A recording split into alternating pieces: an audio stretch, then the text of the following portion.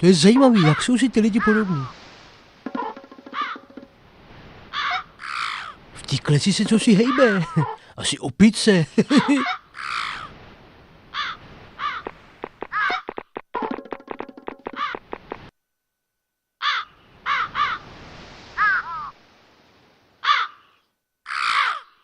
Vypadá to jako obětní kámen. Nebo na tom smažej palačinky. Evidentně mi to překáží v cestě. To už tak brány dělávají. Doma na baráku máme taky takovou hlavu. Jenom nevím, jestli je někoho slavného, nebo tam jenom omylem přizdili zedníka. A hele, ono to žebrá. Čára života nikde. No, něco mi říká, že bych to neměl zkoušet přelízat.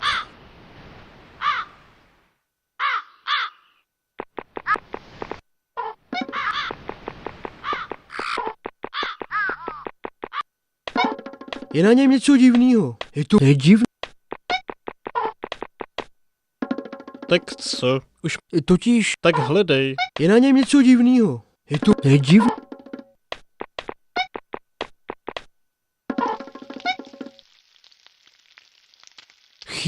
Chýše, samá chýše. Jejda pec, tam si lehnout tak zrudnu jak indián. Nebo jako strejda Tuník, co tak rád skákával přes vatru, než uklous.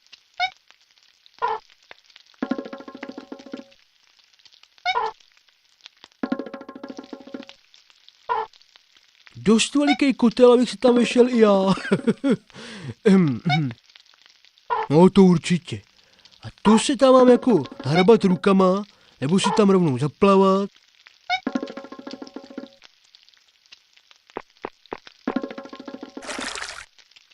V celku zachovalá lebza.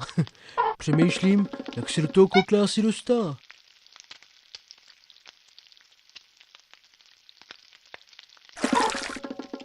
Jejda, zlatý řetízek. Vypadá to na druhou řadou bižuterii. To by se líbilo Segře. Tohle bude evidentně lebka kormidelníka, Dominika. No, nebyl moc chytrej.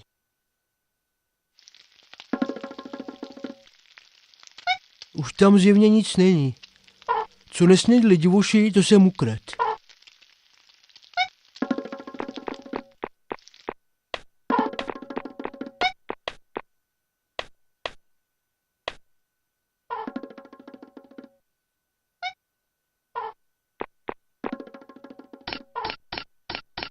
Jujky, co jsem to vyšťoural? To je asi divošský bůh. Pěkně ohyzná kreatura. To bych se bál, že když se před ním v pokoře skloním, kousne mě do zátylku.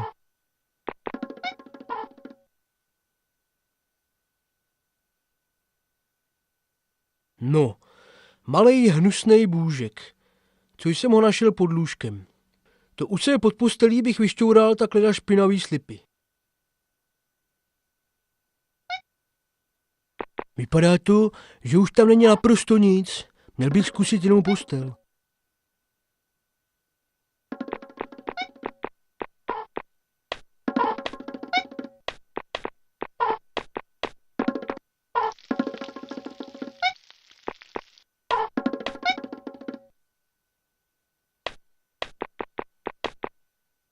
Heureke, to je on, kdez ho, ale to je jedno.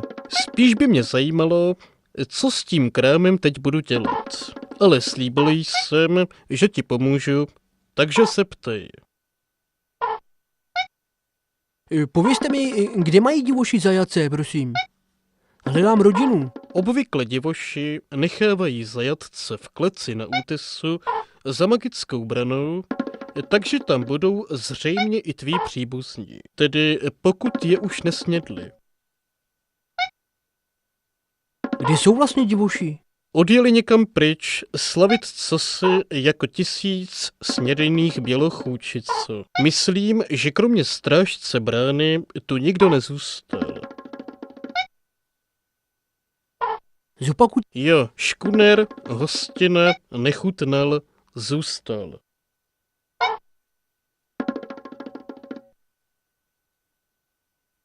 Nakolik si myslíte, že stav jenu na burze ovlivní prosolenost drůbežího masa? Jen minimálně.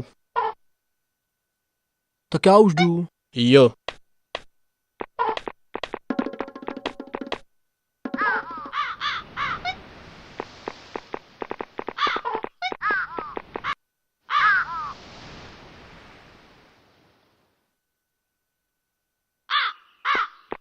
Proč bych to tam dával? Proč bych to tam dával?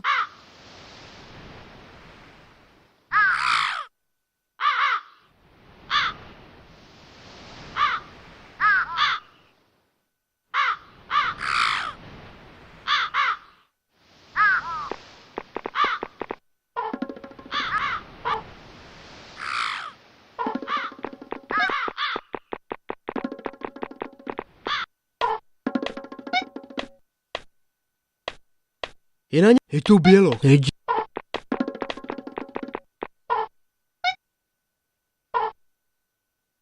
Nedalo by se ke kleci jít ještě jinudy? Ale jistě, vyjdi branou a dej se doprava kolem plotu na opačnou stranu, než odkud jsi přišel.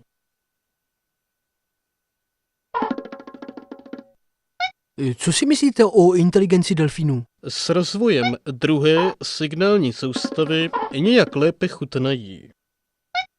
Tak já už jdu. Jo, Tak já už jdu. jo.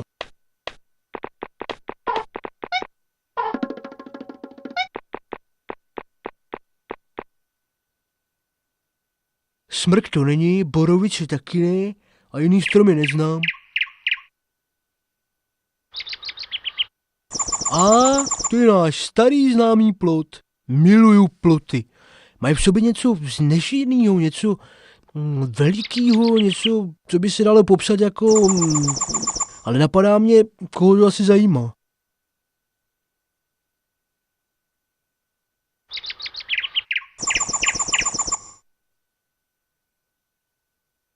Tak tohle je buď miska, anebo helma opičí gardy.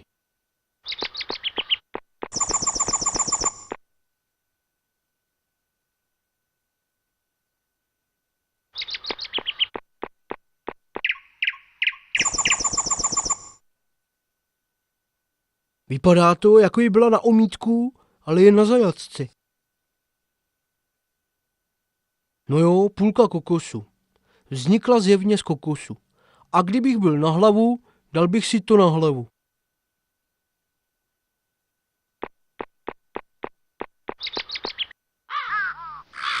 Vzrostlý strom, který tu očividně překáží. To bych rád věděl, jak se tam dostanu. Že by měli lidově křídla?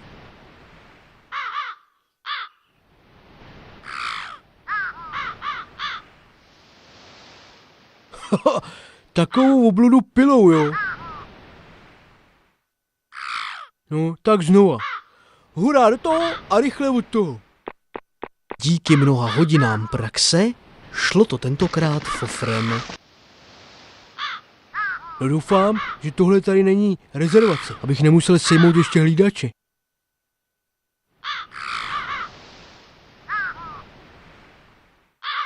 Chlapci mají klacíky a holky zase citronky. Farář provazník na hodině sexuologie.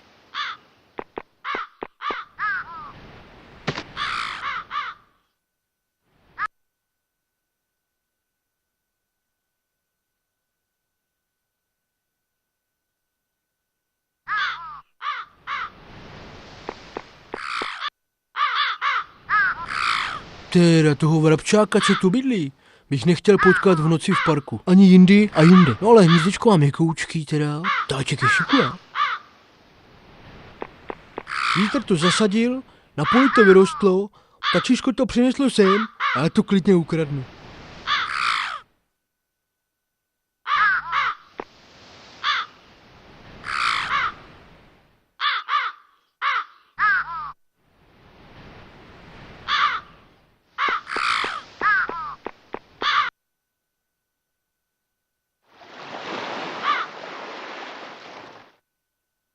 No jo, moře. Se solí. A s příšerama.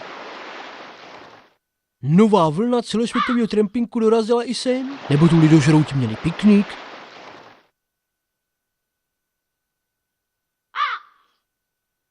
Vinetů by řekl, děravý jak ústa staré ženy. Havk.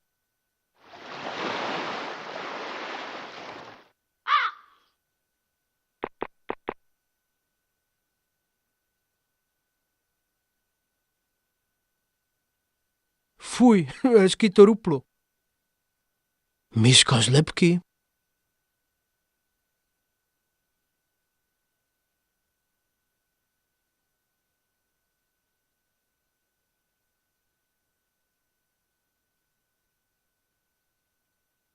Hele, na rovinu. Co s tím? Hele, na rovinu.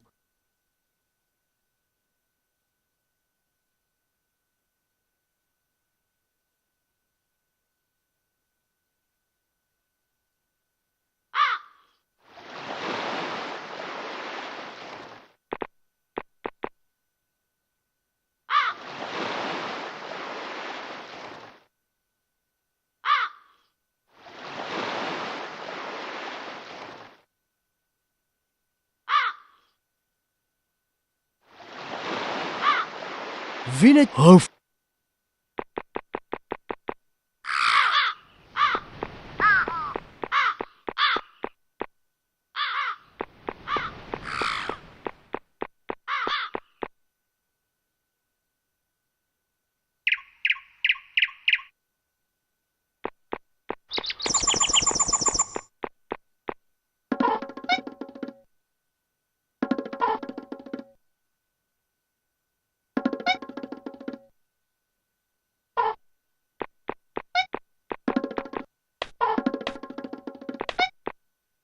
Tak jsem došel až k zátoce. Bezva. Ale dál nemůžu. Jo, Totiž je tam nějaká loďka, ale je na kousíčky. jo. Myslíte, že by to šlo obět na voru? Nešlo. Je to taková široká zátoka s úzkým ústím, kde je jedna veliká mělčina. Totiž, to není mělčina, ale naše loď. Nebo spíš to, co z ní zbylo. Jedině, že bys ten vor přetáhl po souši. A nemáte náhodou letadlo? Náhodou ne. Nevíte, jestli by to šlo opravit? Šlo. A jak? Na rozpadlé lodě, zničené chýše a omylem popravené příbuzné používají divoši speciálně lepidlo vlastní receptury. Tím lepidlem spravíš doopravdy všechno a skládá se, tuším, ze 3 přísad, které je třeba uvařit na otevřeném ohni v lidské lepce. Tom ti pomůže Dominik. Vzpomínám si, že první přísadou je kadak terak. To znamená slzy stromu, ale víc o tom nevím. Naber přísadu do kokosu a přijď mi ji ukázat. Míchat je budeš v lepce, Dominikovi to vadit nebude.